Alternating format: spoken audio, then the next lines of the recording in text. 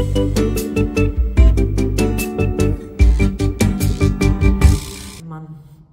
patīk graznoties un rotāties. Kas ir, tas ir. Vispār es esmu no Kuldīgas novada. Es dzīvoju Kuldīgas novadā un visu bērnību un jaunību un līdz 46 gadiem dzīvoju Kuldīgā. Bet kopš es sevi atceros, man ir tikai bijusi viena doma, ka es strādāšu medicīnā, ka es tā kā medmāsa gribu būt un tas bija man tāds nolikts mērķis. Bet lieta bija tāda, ka pēc 8. klases mamma man nepalaida uz Rīgu mācīties. Toreiz vecāku cilvēku domāja citādāk, ko tu maziņi tur Rīgā darīsi vai ne, un tā, vai mazais, un tā tas viss pajuka, un tad, kad vidusskola beidz, tad jau bija citi plāni, tad jau mīlestība uzplaukus un viss tā tālāk, un tā es biju spiest palikt savā Kuldīgas novadā, tāda lauka apvidū dzīvoju. Protams, bija cits darbs, izmācījos tirdzniecības skolā, un pēc tam daudz gadus pastā strādāju, ļoti daudz gadus, jā. Bet, līdz tiem darbiem vienmēr, vai man tur pagasta tā pašvaldība man vienmēr palūdz kādu iet mājas aprūpē, vai ne? Un savu piederīgiem man bija ļoti daudz vīri, vecvecāku un vecāku un mamma, un visi pēc kārtas man tas patika, un es to darīju, un pa brīvo laiku braucu uz mājām, visiem palīdzēju, ko es varēju. Tā sanāca, ka mammīte aizgāja viņa saulē, un meita jau bija izmācījusies, un uzsākus darbu gaidu šeit Rīgā, un es domāju, nē, man tur vairs nav ko darīt, ka man vajag tādu darbu, kad man tas beidzot jāizmanto, un kad man mīlestība pārējai, man jādod, kā tā mīlestība ir, tomēr cilvēkiem. Tas man tāds sapnis bija, un es visu atstāju un atbraucu šeit uz Rīgu, un pirmais darbs man iestājos Rīgas psihiatrijas narkoloģijas centrā, tur arī strādāju 7. gads. Un es domāju, tur 6 maiņas, 7, vienalga maz, man vēl kaut ko vajag, un braucu meklēt šeit darbu caur SSLV, skatījos darba piedāvājumus un atbraucu šeit uz Juglu, un sazvanījos un atbraucu, un nebija jau tā uzreiz, ka viss tur bija tā, kā svērēts, un negāja. Kad pienāca pie vārtiem un ieraudzīja, ka tas ir neredzīgo pants nācis, tā ļoti, ļoti samuls un tiešām nobijos. Bet neko atbraukus esmu, iekšā jānāk un tā, un mums ir te brīnišķīga sociālā tā sektora vadītāja, mums ir labs cilvēks, brīnišķīgs cilvēks Lauros, viņi man uzņēma un man runāja, es teicu, es baidos, tomēr neredzīgi cilvēki, tas tomēr specifika un tāda. Nē, viņi saka, Ilz, tu varēsi, jā.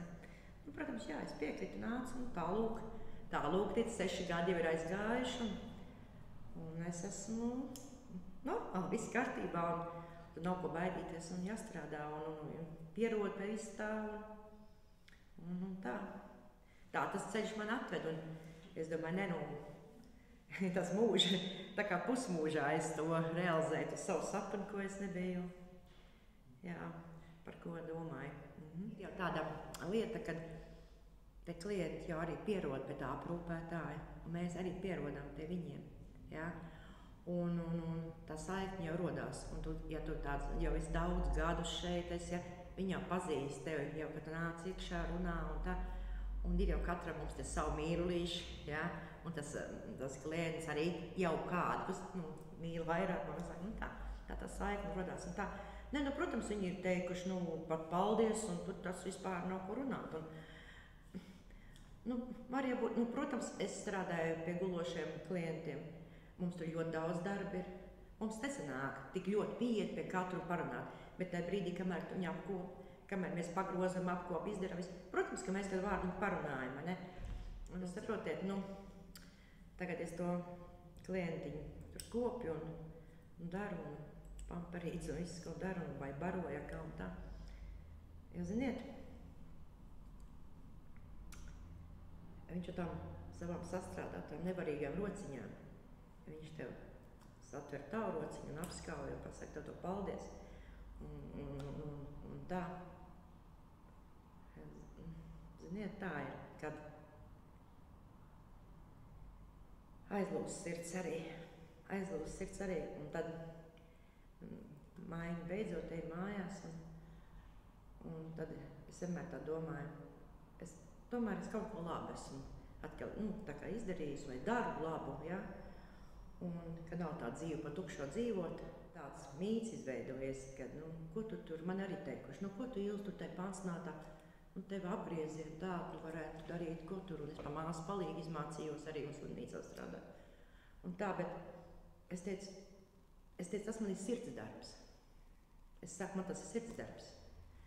Un es nemaz nekad neesmu kaunējusies par to, kad es mainu pampērus, ja? Es nekad to neesmu kaunējusies. Es esmu lepna, tas ir cēls darbs. Es daru ļoti labu darbu cilvēkiem. Un labie darbi pie mums atgriežas, vai ne? Un tā vienmēr ejot mājās pēc mājas, es tā domāju, šitā diena atkal laba.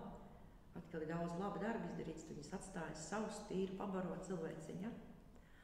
Un tā, es domāju, un tā, es domāju, ka tā ir puses no algas. Tā ir puses no algas, ko tu saņem. Ja mēs visi tak nevaram būt ierēģi un biznesmeņi. Man liekas, ka man tā zināšanas es jau ieguldīju pirms šitā darba. Es apgūtajā gāju mājas aprūpēs un savus piederīgos visus līdz pēdējiem. Man liekas, ka es jau iemācījos tur, ka tur man vajadzēja, un te es atnācu jau ar tādu zināšanām jau. Plus es mācījos, neju kursos, es eju arī kursos, man ir jāmācās, lai es saglabātu to māsu palīgu diplomus, jāmācās, daudz jāzina.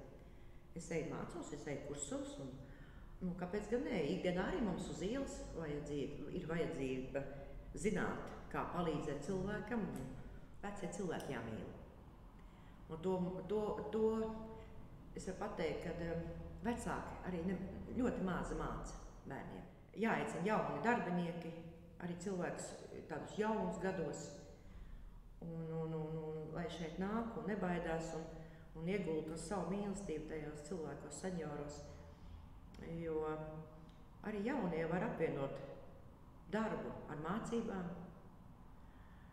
un palīdzēsim, un šeit norganizēs maiņas, un viss sakārtosies, un tā kā, es domāju, nav ko baidīties, un kam ir tā mīlestība iet pārēm, ir cilvēki, kam ir viņi, un čaklas rociņas un mīļas sirds, lai nāk un strādā. Mēs palīdzēsim, veidosim labu komandu kopā, apmācīsim, jo mēs šeit esam aprūpētāji diezgan daudz ar lielu pieredzi jau, ja?